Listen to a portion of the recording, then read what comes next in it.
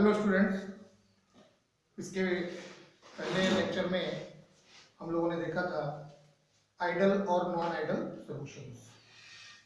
हम लोगों ने आइडल और नॉन आइडल सॉल्यूशंस की बात करी थी, जिसमें हम लोगों ने एक बात ये भी की थी कि नॉन आइडल सॉल्यूशंस जो होते हैं वो दो प्रकार के होते हैं। एक ऐसे नॉन आइडल सॉल्यूशंस जो राउल्ट्स लॉ से पॉजिटिव डेविएशन शो करते हैं, और एक ऐसे नॉन आइडल सॉल्यूशंस जो राउल्ट लॉ से नेगेटिव डेविएशन शो करते हैं। तो आज के इस लेक्चर में हम लोग चर्चा करेंगे उन सॉल्यूशंस के बारे में जो राउल्ट लॉ से पॉजिटिव डेविएशन शो करते हैं, और ऐसे सॉल्यूशंस जो राउल्ट लॉ से नेगेटिव डेविएशन शो करते हैं। तो इन चीजों के बारे में हम लोग आज चर्चा करेंगे। तो हम लोग अपना लेक्चर स्टार्ट करें इससे पहले एक बार फिर से रीकैप कर लेते हैं कि आइडल सॉल्यूशंस क्या होते हैं और नॉन आइडल सॉल्यूशंस क्या होते हैं। तो ideal solutions and non-ideal solutions।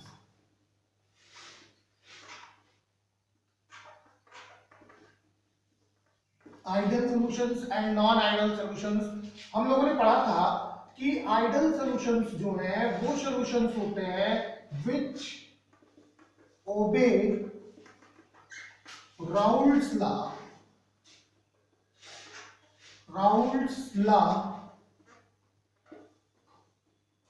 over entire concentration,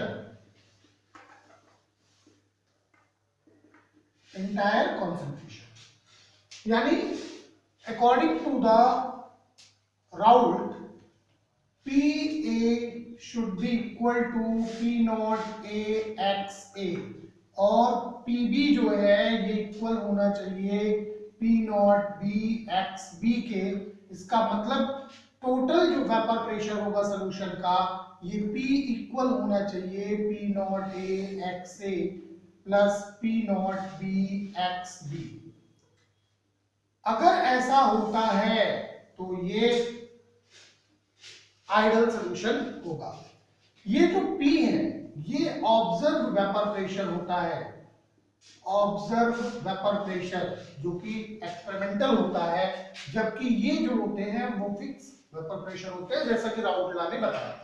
तो अगर किसी भी सॉल्यूशन का टोटल वेपर प्रेशर जो होता है वो राउल्ट लॉ के द्वारा बताए गए वेपर प्रेशर के बराबर मिलता है, तो वो सॉल्यूशन जो होगा वो आइडल सॉल्यूशन होगा। हम लोगों ने ये भी पढ़ा था कि आइडल सॉल्यूशंस के लिए डेल मिक्सिंग V जो होता है ये इक्वल टू 0 होता है। डेल मिक्सिंग H जो होता है यानी एंथैल्पी जो मिक्सचर की होती है ये भी 0 होती है। और एक और इम्पोर्टेंट चीज कि जो इसमें इंटरेक्शंस लगते हैं सॉल्यूशंस के अंदर, जैसे मान लो कि अगर हमने एक बाइनरी सॉल्यूशन लिया AB, तो इस बाइनरी सॉल्यूशन AB में A और B के बीच के इंटरेक्शंस इक्वल होंगे A इंटरेक्शंस A, और ये इक्वल होंगे B इंटरेक्शंस B के। तो अगर ये सिचुएशन हमें मिलती है तो ये सॉल्यूशन जो होगा वो आइडल सॉल्यूशन होगा। हम लोगों ने ये भी देखा था कि अगर हम लोग आइडल सॉल्यूशंस का ग्राफ बनाएं तो आइडल सॉल्यूशंस का जो ग्राफ हमको मिलता है वो स्ट्रेट लाइन ग्राफ मिलता है। मान लेते हैं कि कंपोनेंट A है जहां पे x a इक्वल टू 1, तो अगर x a इक्वल टू 1 है तो x b 0। ये मान लेते हैं कंपोनेंट B है, तो ऐसे में x b इक्वल टू 1, तो x a इक्वल टू कितना हो जाएगा, 0 हो जाएगा। सपोज करते हैं कि ये इसका जो है वो वेपर प्रेशर है P नॉट A और ये इसका है P नॉट B, और स्ट्रेट लाइन ग्राफ मिलना है तो इस तरह से हमने ग्राफ बनाया था कि ये सीधे यहाँ आता है जबकि ये सीधे जो है वो यहाँ आता है। अगर इस ग्राफ को हम लोग देखें तो ये ग्राफ किसका होगा, ये ग्राफ PB का होगा। यहाँ पे PB जो होगा that will be equal to P nought B x B, जबकि ये ग्राफ जो होगा वो PA का होगा, यानी PA equal to P nought A x A। और अगर इन दोनों लाइंस को हम मिला दें तो ये P टोटल होता है, P टोटल, और ये इक्वल टू हो जाएगा P nought A x A plus P nought B x B के बराबर हो जाएगा। ये एक आइडल सॉल्यूशंस के लिए ग्राफ होता है। अब अगर हम लोग नॉन आइडल सॉल्यूशंस की बात करें, जैसा कि हम लोगों ने इसके पहले में किया था तो नॉन आइडियल सॉल्यूशंस क्या होते हैं? नॉन आइडियल सॉल्यूशंस वो होते हैं जो राउल्स लॉ को फॉलो नहीं करते हैं, नॉन आइडियल सॉल्यूशंस। तो नॉन आइडियल सॉल्यूशंस जो होंगे वो राउल्स के लॉ को फॉलो नहीं करते हैं, और जब राउल्स के लॉ को फॉलो नहीं करेंगे इसका मतलब क्या होगा कि PA is not equal to P nought A XA और PB is also not equal to P nought B XB। ठीक इसी तरह से अगर ये दोनों इक्वल नहीं है तो टोटल वेपर प्रेशर जो P टोटल होगा that is not equal to P nought A XA plus P nought B XB। ये कंडीशंस आती है। अब अगर ये सिचुएशन है तो ऐसी कंडीशन में क्या होगा? अगर ये सिचुएशन अराइज होती है तो इसका मतलब ये हुआ कि A interactions is not equal to B interactions is not equal to AB interactions. तो del mixing V is not equal to 0 और del mixing H also not equal to 0। ये या तो पॉजिटिव होगा या फिर नेगेटिव होगा। मतलब क्या हुआ कि या तो डेल V जो होगा वो स्मॉलर देन 0 होगा या डेल V जो होगा वो ग्रेटर देन 0 होगा। बिल्कुल यही सिचुएशन यहाँ एंथैल्पी में भी आएगी कि डेल H जो होगा वो या तो स्मॉलर देन 0 यानी डेल H नेगेटिव होगा या फिर डेल V जो होगा वो ग्रेटर देन डेल H जो होगा, तो हाँ डेल H जो होगा वो स्मॉलर देन 0 होगा और डेल H जो होगा वो ग्रेटर देन 0 होगा, यानी यहाँ पॉजिटिव होगा और यहाँ क्या होगा? नेगेटिव होगा। ये सिचुएशन आ सकती है। अगर ये सिचुएशंस अराइज होती है तो इसी के आधार पर हम लोग कहते हैं कि जो सॉल्यूशन है नॉन आइडियल सॉल्यूशन वो पॉजिटिवली या नेगेटिवली डेविएटेड हो रहा है। यानी राउल्स लॉ के जो राउल्स लॉ का P nought A XA plus P nought B XB के इक्वल P टोटल होना चाहिए, तो P टोटल या तो राउल्स लॉ से क्या हो रहा है? घट रहा है। अगर घट रहा है P टोटल जो राउल्स के अकॉर्डिंग होना चाहिए उससे कम हमें ऑब्जर्व हो रहा है, सॉल्यूशन जो हमने बनाया उसके लिए हमें कैसा दिखाई दे रहा है? कम दिखाई दे रहा है। अगर कम दिखाई दे रहा है तो डेफिनेटली ये राउल्स लॉ से नेगेटिव डेविएशन है। लेकिन जो राउल्स लॉ के अकॉर्डिंग किसी भी सॉल्यूशन का प्रेशर आना चाहिए वो प्रेशर राउल्स लॉ के अकॉर्डिंग ना होकर के बल्कि कैसा हो गया है? उससे ज्यादा हो गया।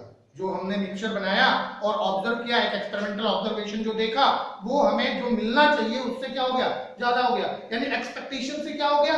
ज्यादा हो गया। तो ऐसे सॉल्यूशंस जिनका टोटल वेपर प्रेशर जो होता है वो राउल्स लॉ से ज्यादा हो जाता है, जितना होना चाहिए उससे क्या हुआ? ज्यादा हो गया, तो वो ऐसे सॉल्यूशंस जो होते हैं वो पॉजिटिव डेविएशन शो करते हैं।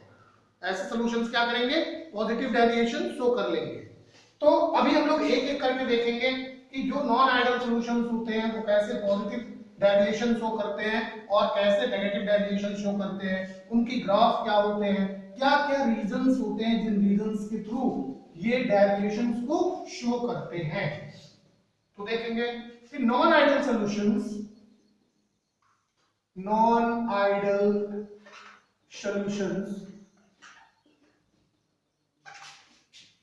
दो तरह के होंगे।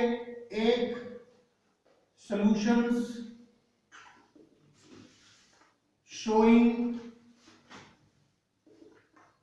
Negative deviations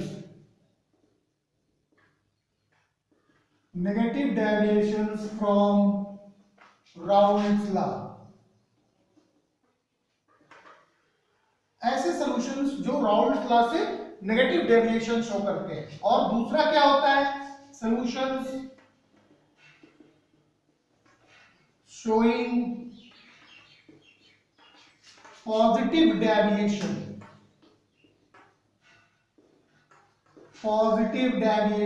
from Raoult's law. ऐसे सॉल्यूशंस जो राउल्स लॉ से पॉजिटिव डेविएशन शो करते हैं। तो सबसे पहले हम लोग देखते हैं कि सॉल्यूशंस showing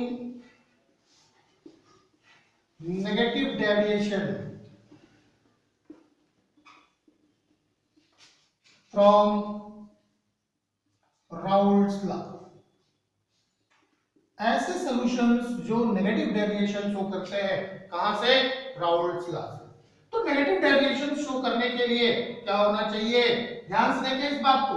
ऐसे सभी सॉल्यूशंस जो राउल्ट्स लॉ से नेगेटिव डेविएशन शो करते हैं, इसका मतलब क्या हुआ? इसका मतलब हुआ कि P टोटल जो है, P total should be less than कितने के?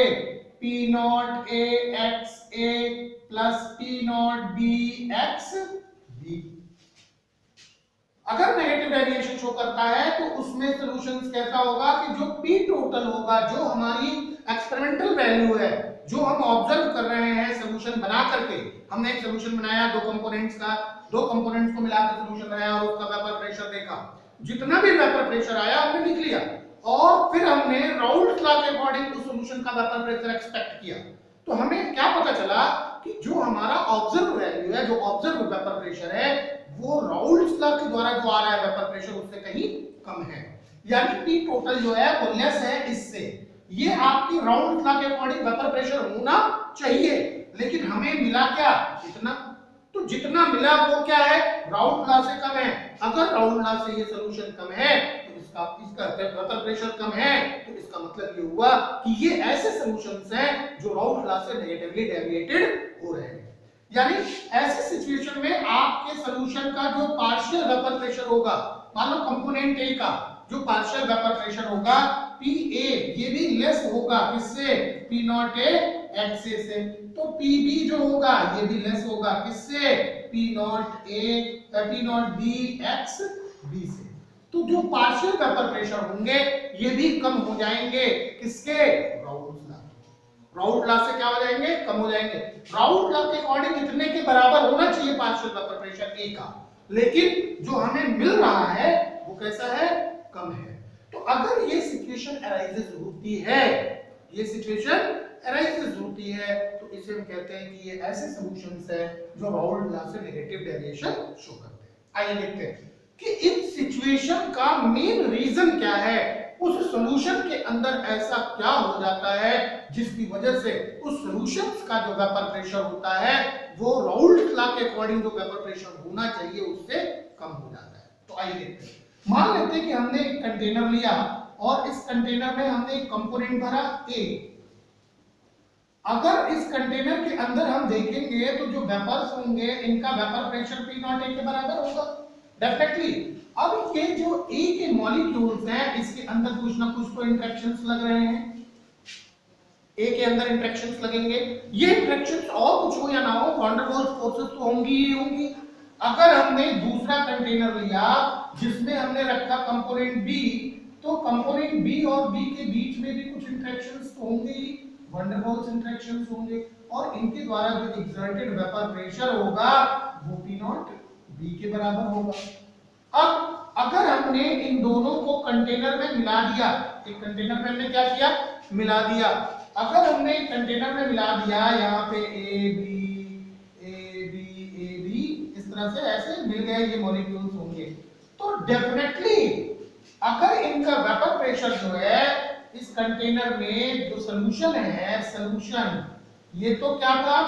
जो ऊपर था ये प्योर लिक्विड था, ये भी क्या था? प्योर लिक्विड था, ये भी प्योर लिक्विड था, तो इसमें तो कोई प्रॉब्लम नहीं थी। लेकिन जैसे हमने इसको मिलाया तो इसका P टोटल कम क्यों हो गया?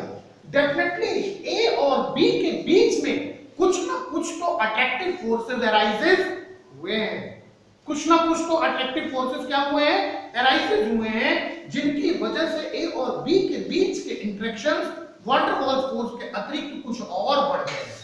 तो अगर वैन डर वाल्स फोर्सेस के अतिरिक्त कुछ और बढ़ गए तो डेफिनेटली, अगर ये बढ़ गए तो डेफिनेटली इनकी जो लीविंग टेंडेंसी होगी from the surface of the liquid, from the surface of the solution, that will B decreased, वो घट जाती है। और अगर वो घट जाएगी तो डेफिनेटली वेपर प्रेशर क्या होगा? कम हो जाएगा। तो जब तक ये स्वतंत्र थे तब तक इनके वेपर प्रेशर में कोई प्रॉब्लम नहीं थी, लेकिन जैसे ही ये सॉल्यूशन में मिलाए गए तो A और B के बीच में कुछ नए इंटरेक्शंस अराइजेस हुए और इन नए इंटरेक्शंस के अराइजेस हो जाने की वजह से इनके वेपर प्रेशर क्या हुए? कम हो गए। यानी जो रेट ऑफ वेपर फॉर्मेशन है वो घट गया।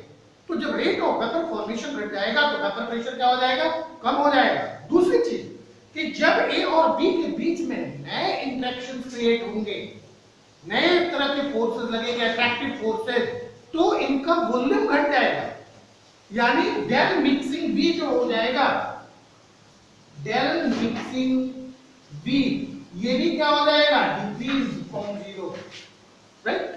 ये भी जो डेल मिक्सिंग बी जीरो होना चाहिए था अगर आइडियल होता तो ऐसी कंडीशन में ये क्या हो गया, घट गया।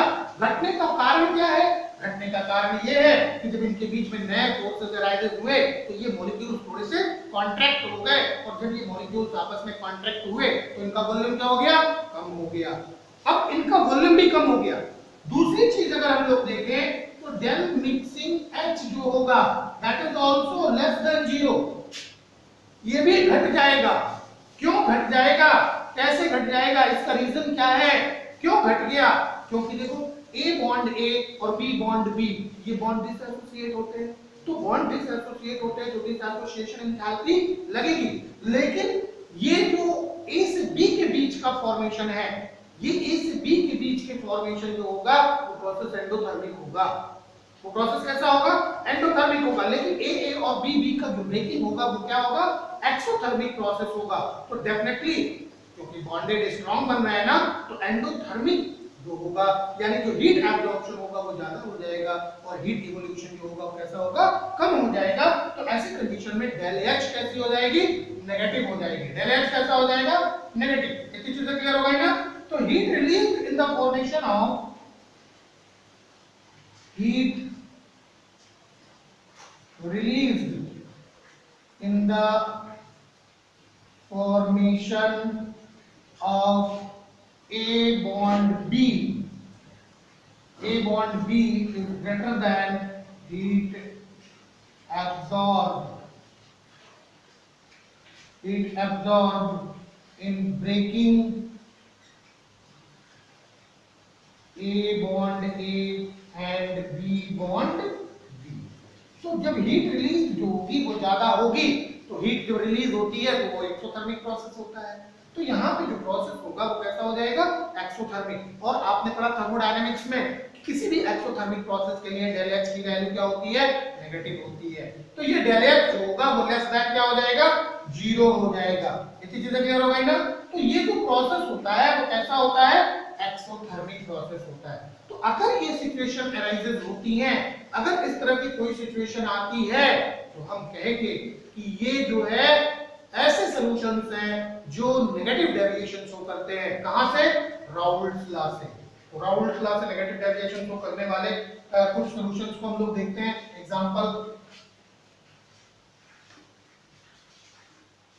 कुछ एग्जांपल देखते हैं कि कौन कौन से ऐसे सॉल्यूशंस होते हैं जो राउल्ट्स लॉ से नेगेटिव डेविएशन शो करते हैं।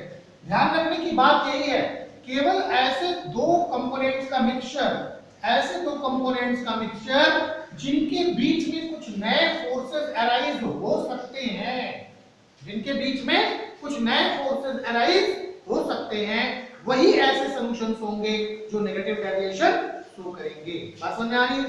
तो सबसे पहला हम लोग देखते हैं, सबसे पहला mixture of acetone and chloroform.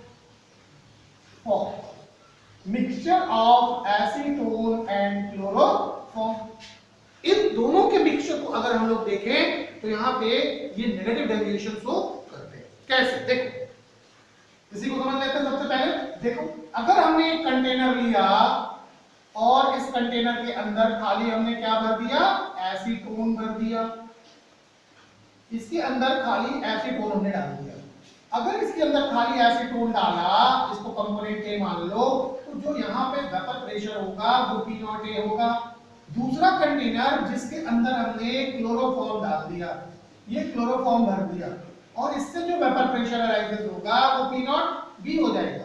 अभी हमने एक कंटेनर लिया, ये कंटेनर हमने लिया, और इस कंटेनर के अंदर हमने एसीटोन यानी CH3 C double bond O और क्लोरोफॉर्म दोनों के मिक्सचर को हमने यहाँ भर दिया। अब दोनों के मिक्सचर को जब भर दिया तो क्या सिचुएशन हुई होगी, ध्यान देना, क्या सिचुएशन हुई होगी कि CH3 C डबल बॉन्ड हो, ये एसीटोन है, ऐसे बहुत सारे एसीटोन के मॉलिक्यूल्स रहे होंगे, एक एसीटोन दूसरे एसीटोन से वैन डर वाल्स फोर्सेस के द्वारा जुड़ा रहा होगा। पक्का हम लोगों ने पढ़ा है कि यहाँ पे जो ऑक्सीजन है वो स्लाइटली कैसा होता है, नेगेटिव, यानी मोस्ट इलेक्ट्रोनेगेटिव है देन कार्बन। कार्बन की तुलना में ये क्या है, ज्यादा इलेक्ट्रोनेगेटिव है। हमने इसमें सोल्यूशन बनाने के लिए हमने क्या किया, क्लोरोफॉर्म डाल दिया, तो HCCl है। आपको पता है कि यहाँ पे जो क्लोरीन होगा वो कार्बन और हाइड्रोजन की तुलना में कैसा होगा, मोर इलेक्ट्रोनेगेटिव होगा। तो जितने भी कार्बन के इलेक्ट्रॉन्स होंगे they will be shipped towards the chlorine, है कि नहीं है? तो compensate its charge, carbon will also attract the electron of hydrogen. Carbon जो होगा वो हाइड्रोजन के इलेक्ट्रॉन को क्या करेगा, अट्रैक्ट कर लेगा। ऐसे कंडीशन में हाइड्रोजन कैसा हो जाएगा, स्लाइटली पॉजिटिव। तो क्या इस ऑक्सीजन और इस हाइड्रोजन के बीच में एक अट्रैक्टिव फोर्स अराइज हो सकता है? और ये जो ऑक्सीजन एक मोस्ट इलेक्ट्रोनेगेटिव एलिमेंट, हाइड्रोजन एक इलेक्ट्रोपॉजिटिव एलिमेंट, इन दोनों के बीच में जो बॉन्ड्स बनेंगे वो कौन से बॉन्ड्स हो जाएंगे, हाइड्रोजन बॉन्ड। तो वैन डर वाल्स फोर्सेस के अतिरिक्त एक नए बॉन्ड बने और वो क्या थे, हाइड्रोजन बॉन्ड। डेफिनेटली अब इनके जो सॉल्यूशन बने उसमें जो अट्रैक्टिव फोर्सेस हुए वो बढ़ गए, और जब अट्रैक्टिव फोर्सेस बढ़ गए तो इनके मॉलिक्यूल्स की लीविंग टेंडेंसी क्या हो गई, कम हो गई। और जब लीविंग टेंडेंसी कम हो जाएगी तो इन पे लगने वाले जो वेपर प्रेशर, जो इनके द्वारा बनने वाले वेपर्स होंगे उनकी मात्रा घट जाएगी, वेपर प्रेशर क्या हो जाएगा, कम हो जाएगा। जैसा राउल्ट लॉ के अकॉर्डिंग होना चाहिए उससे कहीं कम मिलेगा। तो ये सॉल्यूशंस जो होंगे वो नेगेटिव डेविएशन शो करते हैं। क्या शो करते हैं, नेगेटिव डेविएशन शो करते हैं।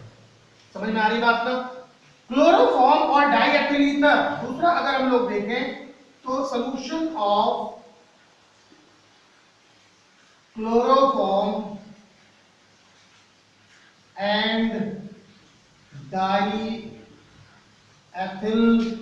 ईथर, डाइएथिल ईथर और क्लोरोफॉर्म का सॉल्यूशन जो होगा ये भी नेगेटिव डेविएशन शो करता है।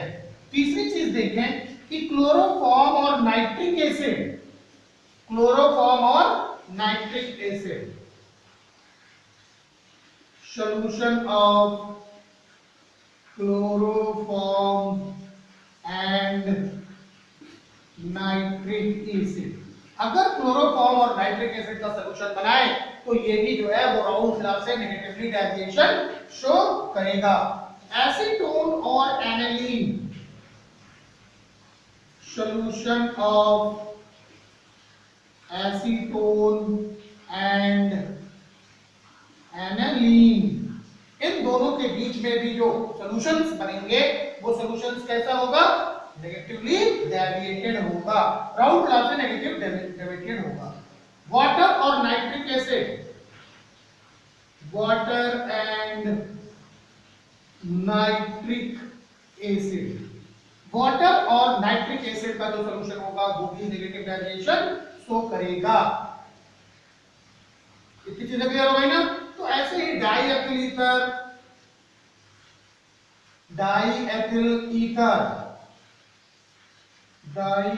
हो गया डाइएथिल ईथर और क्लोरोफॉर्म का सॉल्यूशन। तो ये सारे ऐसे सॉल्यूशंस थे जो राउल्ट लॉ से नेगेटिव डेविएशन शो करते हैं। तो इतनी चीजें आप लोगों ने देख ली। अभी हम लोग बात करेंगे कि ऐसे कौन से सॉल्यूशंस होते हैं जो राउल्ट लॉ से पॉजिटिव डेविएशन शो करते हैं, उनकी सिचुएशन कौन सी होती है, क्या सिचुएशन उसमें होती है। हाँ, एक चीज और देखें, एक चीज और कि जो सॉल्यूशंस ऐसे होते हैं जो नेगेटिवली डेविएटेड होते हैं, कैसे होते हैं, राउल्ट लॉ से नेगेटिव डेविएशन शो करते हैं, उनका ग्राफ हम लोग कैसे बनाएंगे। तो देखो सबसे पहले हम लोग ग्राफ बनाते हैं जो आइडियल सॉल्यूशन का होता है। देखो ये हो जाएगा, मान लो कंपोनेंट A, तो यहाँ पे x इक्वल टू कितना 1 और x भी इक्वल टू कितना होगा 0। अगर ये कंपोनेंट B है तो x भी इक्वल टू 1 और x इक्वल टू कितना हो जाएगा 0। अगर x ये है तो इसको हम लोग मान लेते हैं कि ये P नॉट A है और ये x भी है, तो ये कितना हो जाएगा P नॉट B हो जाएगा। दिक्कत अगर हम लोग देखें तो जब x इक्वल टू क्या है 1 है उस समय इसका जो वेपर प्रेशर है वो मैक्सिमम है, लेकिन जैसे हम लोग राइट हैंड साइड में चलेंगे तो x की वैल्यू घटेगी और x की वैल्यू क्या होगी बढ़ेगी, तो ऐसे में इसका जो वेपर प्रेशर होगा ये क्या होगा घटता आएगा घटता आएगा घटता आएगा। और वो सिचुएशन जहां पे x भी मैक्सिमम होगा x a क्या हो जाएगा 0 हो जाएगा, वहां पे इसका वेपर प्रेशर भी क्या हो जाएगा 0 हो जाएगा। अगर x a इक्वल टू 1 है यानी मैक्सिमम है x भी क्या है 0, तो इसका वेपर प्रेशर कितना है 0। जैसे जैसे x भी बढ़ेगा तो इसका वेपर प्रेशर भी क्या होगा बढ़ता जाएगा, ये वेपर प्रेशर बढ़ता जाएगा। क्लियर हो गया? ये जो लाइन है इसको अगर हम लोग मिला दें इस तरह से, ऐसे अगर हम लोग इसको मिलाते हैं तो ये PAB बताएगा, राइट? कोई दिक्कत नहीं है, ये आपका P टोटल हो गया। अभी ये जो ग्राफ आप देख रहे हो ये आइडियल सॉल्यूशन का है, ऐसा होना चाहिए, लेकिन एक्चुअल में ऐसा होता नहीं है। क्यों?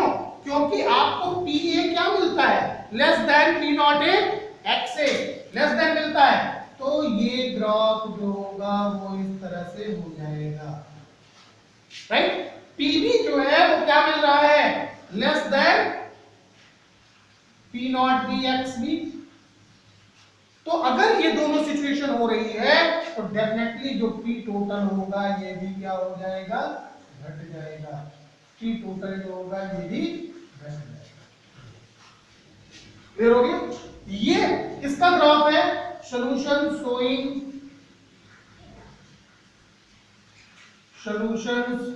showing negative deviations from Raoult's law। ऐसे सॉल्यूशंस के लिए ये ग्राफ है जो राउल्ट लॉ से नेगेटिव डेविएशन शो करते हैं। ये जो आप डॉटेड लाइंस देख रहे हो ये आइडियल सॉल्यूशन के लिए ऐसा होना चाहिए, लेकिन जो हमें मिलता है वो ग्रीन लाइन से शो हो रहा है, और सभी आप देखो तो लोअर डिप्रेशन है, इसका मतलब ये घट रहा है, जैसा होना चाहिए वैसा नहीं है। आइए अब हम लोग देखते हैं non ideal solution showing positive deviation. Non-ideal solutions showing positive deviations।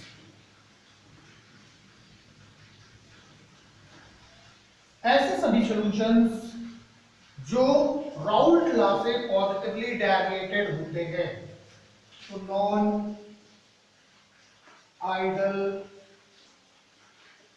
Solutions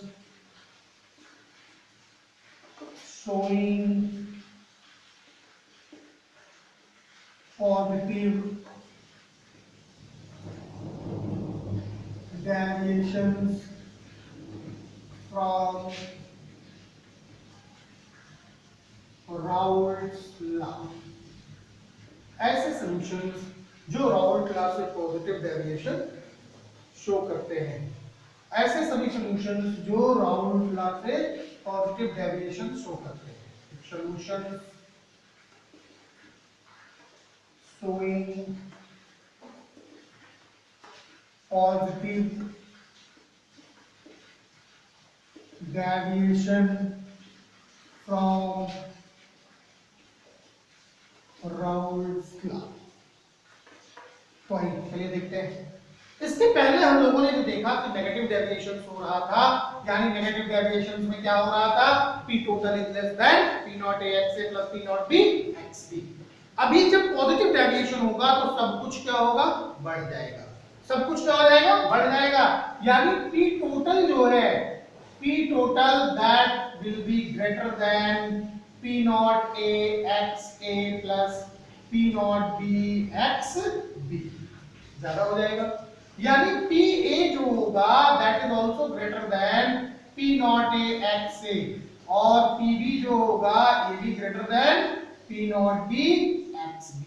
जो पार्शियल वेपर प्रेशर होंगे उस सॉल्यूशन के कंपोनेंट के वो भी राउल्ट लॉ के ज्यादा होंगे, राइट?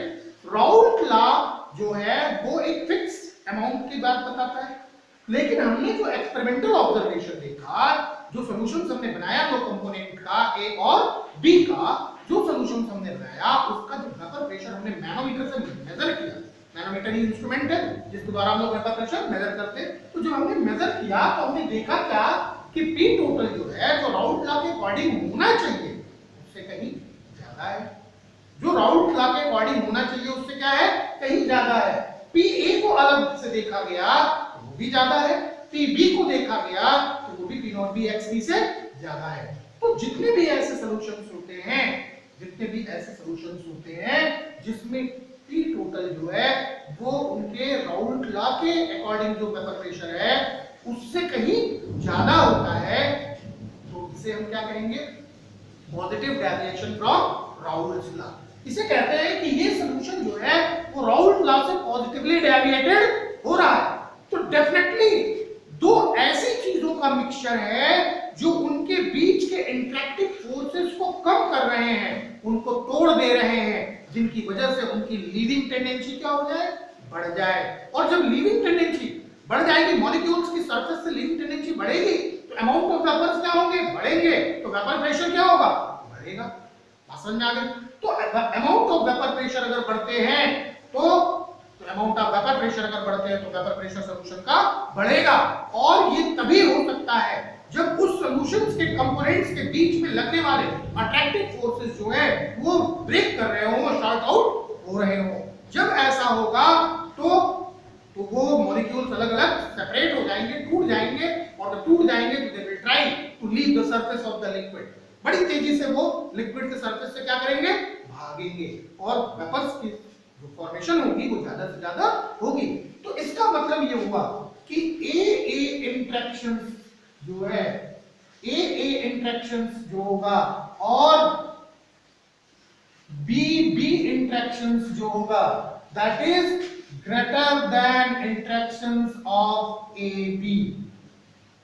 बात समझ आ रही?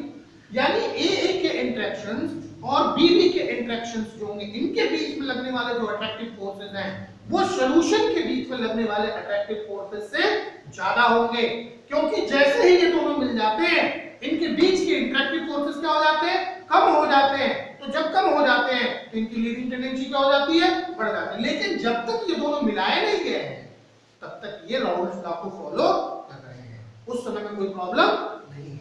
इतनी चीजें क्लियर हो गई?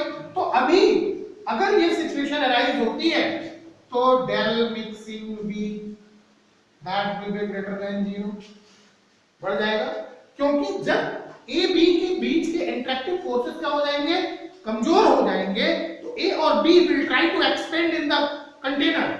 वो एक्सपेंड करने की कोशिश करेंगे तो वॉल्यूम क्या होगा, बढ़ जाएगा। ऐसी कंडीशन में डेल मिक्सिंग H जो होगा that will also greater than 0। Del mixing H जो होगा ये भी कैसा हो जाएगा, ग्रेटर देन 0 हो जाएगा। बात समझ आ रही है? क्योंकि जो प्रोसेस है डिसोल्यूशन का ये एक्सोथर्मिक एंडोथर्मिक होता है। जो प्रोसेस है डिसोल्यूशन का वो कैसा होता है, एंडोथर्मिक होता है। तो जो बॉन्ड ब्रेक होंगे वो कैसे होंगे, एंडोथर्मिक। लेकिन जब ये बॉन्ड्स जो होंगे वो नए बॉन्ड्स के बीच में स्ट्रॉन्गर, नए मॉलिक्यूल्स के बीच में स्ट्रॉन्गर नहीं बनेंगे, तो प्रोसेस जो होगा वो कैसा होगा, एक्सोथर्मिक, एंडोथर्मिक। कैसा हो जाएगा, एंडोथर्मिक। तो एब्जॉर्ब हीट जो होगी वो रिलीज्ड हीट से क्या हो जाएगी, ज्यादा हो जाएगी। एब्जॉर्ब हीट जो होगी वो रिलीज्ड हीट से ज्यादा होगी। एब्जॉर्ब हीट जो होगी वो रिलीज्ड हीट से ज्यादा होगी। जब एब्जॉर्ब हीट ज्यादा होगी तभी डेल एच पॉजिटिव होगा, क्योंकि एंडोथर्मिक प्रोसेस के लिए डेल एच की वैल्यू क्या होती है, पॉजिटिव होती है। तो this process is endothermic due to which del H becomes positive, जिसकी वजह से del H जो होता है वो कैसा हो जाता है, पॉजिटिव हो जाता है। तो माइंड करने वाली चीज क्या है, ये कि जो इनके कंपोनेंट्स के बीच के इंटरेक्शंस हैं, ये इंटरेक्शंस जो होंगे कंपोनेंट्स के बीच के जो इंटरेक्शंस हैं, ये इंटरेक्शंस जो है वो कैसे होने चाहिए, सॉल्यूशन के बीच में लगने वाले इंटरेक्शंस कमजोर होने चाहिए, जबकि जो उनके जो सॉल्यूट या सॉल्वेंट है उनके बीच में लगने वाले इंटरेक्शंस क्या होंगे, स्ट्रांग होंगे। चीजें क्लियर? तो अभी हम लोग क्या देखें कि कुछ एग्जांपल देखें, लेकिन इससे पहले थोड़ा सा हम लोग इसके बीच में भी ग्राफ देख लें। तो जैसा भी हम लोगों ने ग्राफ बनाया था बिल्कुल वैसे ही ग्राफ बनाते हैं, सिमिलर वे में ग्राफ बनेगा। यहां पे मान लेते हैं x इक्वल टू 1 है तो x भी इक्वल टू 0, यहां x भी इक्वल टू 1 है तो x इक्वल टू कितना 0। ये जो होगा ये आपका p नॉट a हो जाएगा और ये जो है वो p नॉट b हो जाएगा। ऐसी कंडीशन में देखें अगर तो ये एक स्ट्रेट लाइन ग्राफ मिलेगा जो pb का होगा और ये स्ट्रेट लाइन ग्राफ मिलेगा जो pa का होगा और ये जो स्ट्रेट लाइन ग्राफ मिलेगा ये p टोटल का होगा। तो ऐसा तब होगा जब सॉल्यूशन कैसा होगा, आइडल होगा। जब सॉल्यूशन कैसा होगा, आइडल। लेकिन सॉल्यूशन चूंकि पॉजिटिवली डेविएटेड है, नॉन आइडल है, और नॉन आइडल में भी कैसा है, पॉजिटिवली डेविएटेड है, तो ये जो वेपर प्रेशर मिलेगा ये टोटल वेपर प्रेशर इस तरह से मिलेगा। जो पीबी का होगा ये भी कैसा होगा, इस तरह से होगा, और ये भी क्या होगा, इस तरह से होगा। ये भी जो होगा वो इस तरह से होगा, ये ऊपर से होगा, ऊपर से होगा, इस तरह से होगा। तो यानी सारे के सारे जो होंगे वो बढ़े हुए होंगे यहाँ पे। तो इस तरह से अगर हमको ग्राफ मिलता है तो ये ऐसे सॉल्यूशंस का ग्राफ है जो राउल्ट लॉ से पॉजिटिवली डेविएटेड हो रहा है। तो आइए एक एग्जांपल देखते हैं। सबसे पहला एग्जांपल हम लोग लेते हैं, a solution of ethyl alcohol and cyclohexane. Solution of ethyl alcohol and cyclohexane. Solution of ethyl alcohol and cyclohexane. दूसरा हम लोग देखते हैं example, acetone and carbon disulphide. Acetone and carbon disulphide. तीसरा अगर हम लोग देखें तो benzene and acetone. Benzene and acetone का सॉल्यूशन जो होगा ठीक इसी तरह से solution of CCl4 and chloroform और solution of acetone and ethyl alcohol। तो ये सारे ऐसे सॉल्यूशंस हैं जो राउल्ट लॉ से पॉजिटिवली डेविएशन शो करते हैं। आइए देखते हैं एक एग्जांपल लेकर के कि ऐसा होता क्या है कि जिसकी वजह से जो वेपर प्रेशर ऑफ सॉल्यूशन है वो ज्यादा हो जाता है राउल्ट लॉ के द्वारा मेजर्ड वेपर प्रेशर से। तो सिंपल सा एग्जांपल हम लोग लेते हैं, solution of ethyl alcohol and cyclohexane. Solution of ethyl alcohol and cyclohexane। देखिए एथिल अल्कोहल क्या है, C2H5OH। अगर C2H5OH का हम लोग स्ट्रक्चर देखें तो देखो C2H5OH, फिर यहाँ H O(C2H5), फिर यहाँ HO(C2H5), फिर यहाँ HO(C2H5), इस तरह से इन सभी एथेनॉल के मॉलिक्यूल्स के बीच में एक अट्रैक्टिव फोर्सेस ऑक्सीजन और अगले एथेनॉल के मॉलिक्यूल के हाइड्रोजन के बीच में होता है, जिसको हम लोग हाइड्रोजन बॉन्ड्स कहते हैं। ये हाइड्रोजन बॉन्ड्स अभी ऐसी सिचुएशन में इनके बीच में van der Waals forces operate कर रहे हैं, इसके साथ साथ इसमें हाइड्रोजन बॉन्डिंग भी क्रिएट हुई है। तो अभी दो तरह के अट्रैक्टिव फोर्सेस होने की वजह से इनके बीच में जो फोर्सेस होंगे वो ज्यादा हो जाएंगे, जिससे इनकी लीविंग टेंडेंसी क्या हो जाती है, कम हो जाती है। तो वेपर प्रेशर जो बन रहे हैं वो भी कम हो जाएंगे। लेकिन जैसे ही इसके अंदर हम लोग साइक्लोहेक्सेन मिलाते हैं, जैसे ही इसमें हम लोग साइक्लोहेक्सेन मिलाएंगे तो cyclohexane will try to tense between the molecules of ethanol.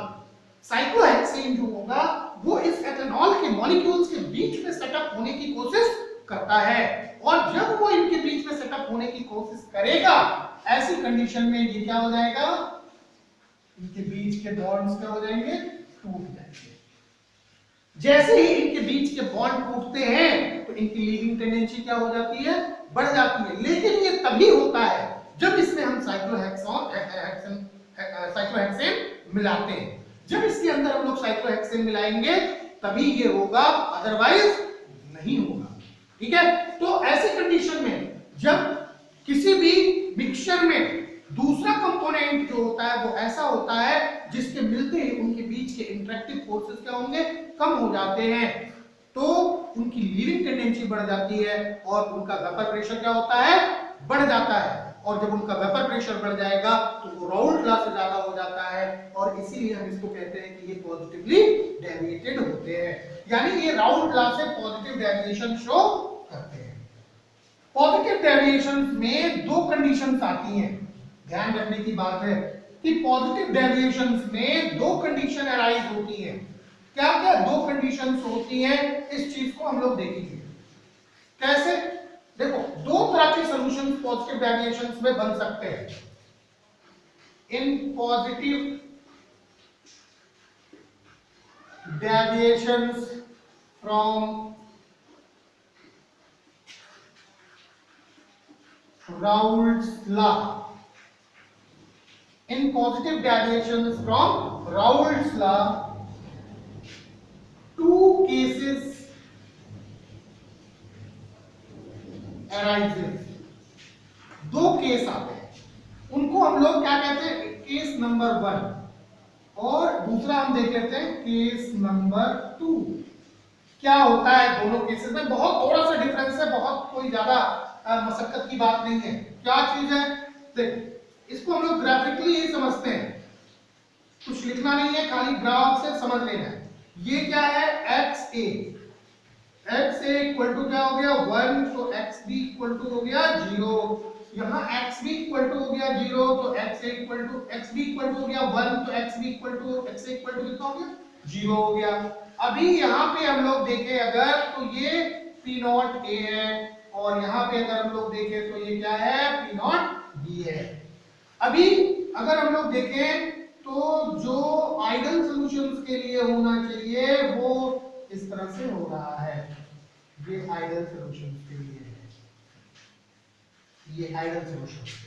बिल्कुल इसी तरह से केस 2 में भी ऐसे ही होना है, कुछ भी इसमें बहुत ज्यादा डिफरेंस नहीं है, बस केवल बहुत थोड़ा सा, बहुत माइनर सा डिफरेंस है। x equal to 1, X B equal to 0, और X B equal to 1, X A equal to 0। ये हो गया पी नॉट बी, जबकि ये हो गया पी नॉट ए। ये जो शो करेगा वो किसको शो करेगा, पी बी को, और ये शो करेगा पी ए को, और ये पी टोटल को शो करता है।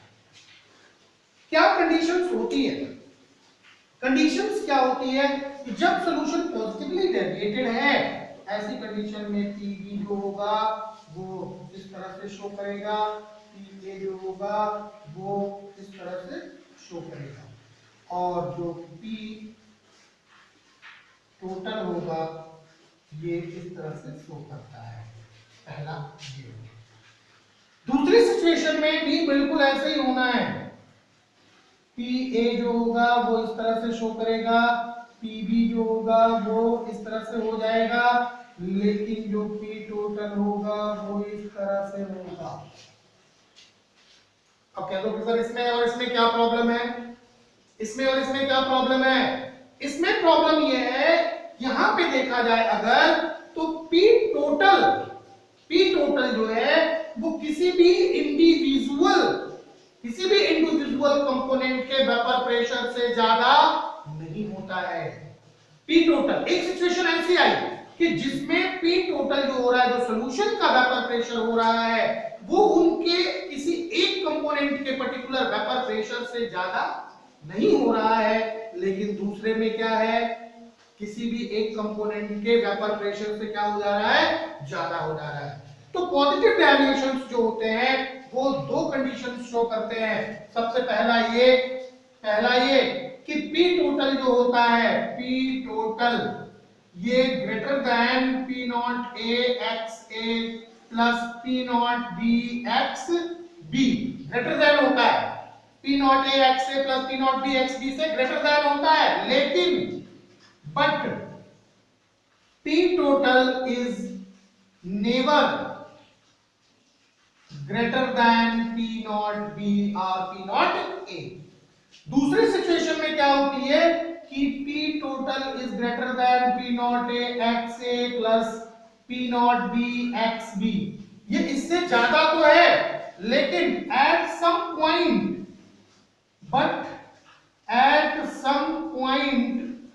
लेकिन कुछ बिंदुओं पर जो पीटी है यानी पी टोटल है, it is greater than P naught B। कुछ बिंदु पर जो है वो P टोटल जो है वो greater than P naught B हो जाता है। तो मेरा जहां तक मानना है कि आप लोग आइडल और non ideal solutions negatively deviated from Raoult's law and positively deviated from Raoult's law आप लोगों को समझ में आया होगा। तो अब हम लोगों को इसके बाद कॉलिगेटिव प्रॉपर्टी पढ़नी है और थोड़ा सा हम लोगों को जानना है एजियोट्रॉपिक मिक्सचर्स के बारे में। तो एजियोट्रॉपिक मिक्सचर्स क्या होते हैं, इनके बारे में हम लोग जानेंगे। देखो मिक्सचर्स जो होते हैं वो दो तरह से होते हैं, एक तो होता है जियोट्रॉपिक मिक्सचर। तो जियोट्रॉपिक मिक्सचर्स जो होते हैं वो मिक्सचर्स होते हैं which can be separated by fractional distillation, जिसके कंपोनेंट्स जो हैं वो फ्रैक्शनल डिस्टिलेशन के द्वारा सेपरेट आउट किए जा सकते हैं, उनको हम लोग जियोट्रॉपिक मिक्सचर्स कहते हैं। लेकिन ऐसे मिक्सचर्स जिनके कंपोनेंट, जिनके constituting elements can not be separated on the basis of fractional distillation, they are called azeotropic, उनको हम लोग एजियोट्रॉपिक मिक्सचर्स कहते हैं। तो एजियोट्रॉपिक मिक्सचर्स जो होंगे वो दो तरह के होते हैं, एक तो मैक्सिमम बॉइलिंग एजियोट्रॉप्स होता है और एक मिनिमम बॉइलिंग एजियोट्रॉप्स होता है। यानी एजियोट्रॉप्स में क्या होता है कि एजियोट्रॉप्स को जो हम लोग उनके बॉइलिंग पॉइंट्स तक गर्म करते हैं, तो बॉइलिंग पॉइंट तक गर्म करने के बाद जो वेपर्स बनेंगे, जब उनको कंडेंस करते हैं तो फिर जो लिक्विड मिलता है उनमें उनके कंपोनेंट्स का जो कॉन्स्टिट्यूटिंग रेशियो होता है वो सेम होता है, वो अनचेंज्ड होता है, उसमें कोई परिवर्तन नहीं होता है। तो अगर ऐसा है तो ये दो तरह के ये जो है एजियोट्रॉप्स कहलाएंगे और ये दो तरह के होते हैं, एक पॉजिटिव और एक नेगेटिव। एक मतलब जो पॉजिटिव डेविएशंस वाले होते हैं वो अलग अपना एजियोट्रॉप शो करते हैं और नेगेटिव डेविएशंस वाले जो होते हैं वो अपना अलग एजियोट्रॉपिक मिक्सचर शो करते हैं। तो एक जो होगा वो मैक्सिमम बॉइलिंग एजियोट्रॉप्स होता है और दूसरा मिनिमम बॉइलिंग एजियोट्रॉप्स। तो इस पे हम लोग थोड़ा सा डिस्कस करेंगे नेक्स्ट लेक्चर में, और फिर हम लोग पढ़ेंगे colligative properties which is one of the most important part of this chapter. और हम अगर कहें कि ये पूरा सॉल्यूशन का चैप्टर जो होता है वो केवल और केवल कॉलिगेटिव प्रॉपर्टी पर ही बेस्ड ऑन है। सारे जो क्वेश्चंस अराइजेस होते हैं, जो भी प्रॉब्लम्स आती हैं एग्जामिनेशंस में पूछे जाते हैं या कॉम्पिटिशंस में पूछे जाते हैं क्वेश्चंस, तो वो सारे के सारे जो होते हैं वो कॉलिगेटिव प्रॉपर्टी के ही based on, maximum questions colligative property के बेस्ड ऑन होते हैं। तो हम लोग अब अगले लेक्चर पे स्टार्ट करेंगे कॉलिगेटिव प्रॉपर्टी। तब तक आप लोग इसको देखिए और नोट्स तैयार करिए।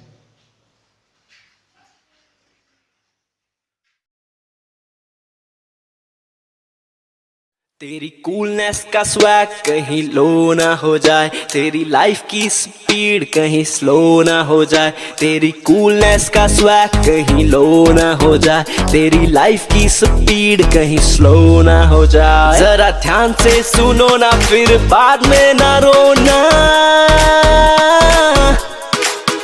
थोड़ी केयर तो करो ना, हाथ अच्छे से धोना, लेट्स रोको कोरोना, थोड़ी केयर तो करो ना।